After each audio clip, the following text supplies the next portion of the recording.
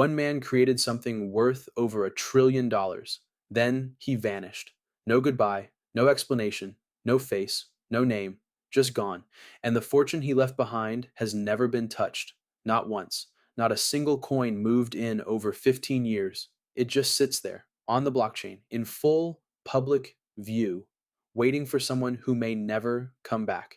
His name, the only name anyone has ever known him by, is Satoshi Nakamoto, and nobody on earth knows who he actually is. Not the governments who would love to find him, not the journalists who spent years trying to unmask him, not the developers who worked directly alongside him, building the thing that changed money forever. Nobody. He exists as a name on a screen and absolutely nothing else. To understand why this story is so insane, you need to go back to 2008. The global economy had just collapsed. Banks that ordinary people trusted for their entire lives gambled with their savings and lost everything. Governments bailed those banks out using public money while millions of regular people lost their homes, their jobs, and their futures. The system that was supposed to protect people had failed them completely, and those responsible faced almost no real consequences for any of it. It was in this exact moment, while the world was still reeling from the worst financial crisis in a generation, that someone calling themselves Satoshi Nakamoto quietly uploaded a 9-page document to a small cryptography mailing list online. The title was Bitcoin, a peer to peer electronic cash system. Most people who saw it ignored it.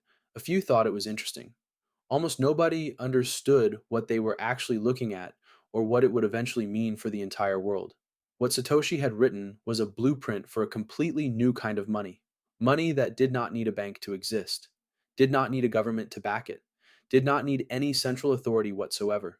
A currency that lived entirely on the internet, maintained by thousands of computers simultaneously, where every transaction was recorded on a permanent public ledger nobody could alter or delete. If you wanted to send money to someone, you just sent it. No bank, no middleman, no permission required from anyone. The transaction would be locked into the blockchain forever. The timing was not accidental. Satoshi made that very clear.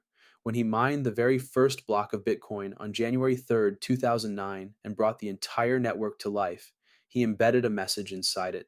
A real newspaper headline from that exact day. The Times, January 3rd, 2009, Chancellor on brink of second bailout for banks. He was making a direct statement to anyone paying attention.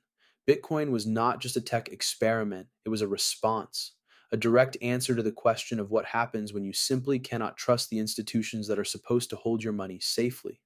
For the next 2 years, Satoshi ran the Bitcoin network almost entirely on his own. He communicated with a growing group of developers through forum posts and emails.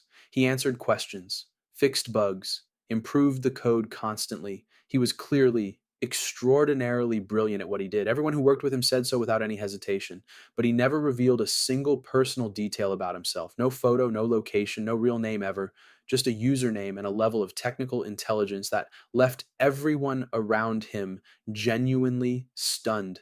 Then in late 2010, he handed the project over to other developers, wrote a brief message saying he had moved on to other things, and disappeared permanently, completely.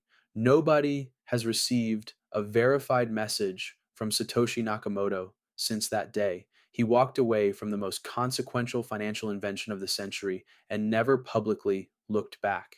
Now, here is the part that should stop you completely in your tracks. In the early days of Bitcoin, someone had to mine blocks to keep the system running. Satoshi did most of that himself. Researchers who have spent years carefully studying the patterns in the early blockchain estimate that Satoshi mined somewhere between 750,000 and 1.1 million Bitcoin during that entire period. In 2026, one Bitcoin is worth around $95,000. Do that math right now in your head. That is somewhere between 70 and 100 billion dollars sitting in wallets that have never once been touched. Not a single Satoshi, the smallest unit of Bitcoin, which was named directly after him, has ever moved out of those early wallets. In 15 years, through Bitcoin going from completely worthless to worth tens of thousands of dollars per coin, through catastrophic crashes and explosive booms and the entire world suddenly paying massive attention to cryptocurrency, whoever holds those private keys has never made a single transaction. Not one. This is not just strange, it is almost impossible to explain rationally if you assume the person is alive and knows exactly what they are holding, because the wallets are completely public. Anyone can look at them right now. You can open a blockchain explorer in your browser and see the addresses, see the balances, see the transaction history, which is essentially empty. The most valuable unclaimed fortune in the world is sitting in full public view, and nobody can touch it except one person. And that person has not said a single word in over 15 years. So, who is Satoshi Nakamoto? Every serious attempt to answer that has hit the same wall. The evidence points in multiple directions and never lands anywhere definitively. The writing is the best clue anyone has. Satoshi wrote a huge amount over those 2 years: forum posts, emails, code comments, technical documentation.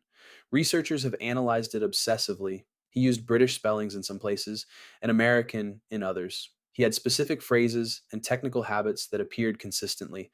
The timestamps on his messages suggested he was most active during hours consistent with someone in Europe or East Asia. But nothing has ever been conclusive enough to definitively name anyone. Nick Szabo is one of the most frequently named candidates. He is a cryptographer who in 1998 designed something called BitGold, a digital currency concept that shared a remarkable number of features with Bitcoin. He has denied being Satoshi repeatedly. The denials have not stopped people from asking. Hal Finney was another serious candidate. He was one of the earliest Bitcoin contributors and the person who received the very first Bitcoin transaction Satoshi ever sent on January 12th, 2009. He worked closely alongside Satoshi in the early days. Hal Finney died of ALS in 2014. He denied being Satoshi until the end. Then there is Craig Wright, an Australian computer scientist who in 2016 publicly claimed to be Satoshi Nakamoto. The one thing that would prove it beyond any doubt is moving coins from Satoshi's known early wallets, something only the real Satoshi can do. Craig Wright has never done it.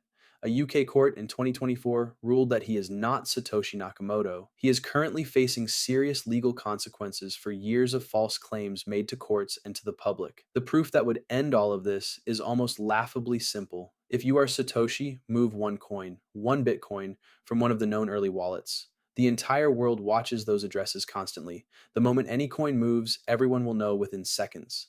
30 seconds to end a 15-year global mystery. The coins have not moved. There are three theories about what this silence actually means. The first is that Satoshi is dead, that he passed away at some point in the last 15 years, that the private keys exist on a hard drive or piece of paper nobody's ever found, and that those billions will sit on the blockchain forever, visible to everyone, accessible to no one, the richest unclaimed estate in human history. The second is that Satoshi is alive and deliberately choosing not to move.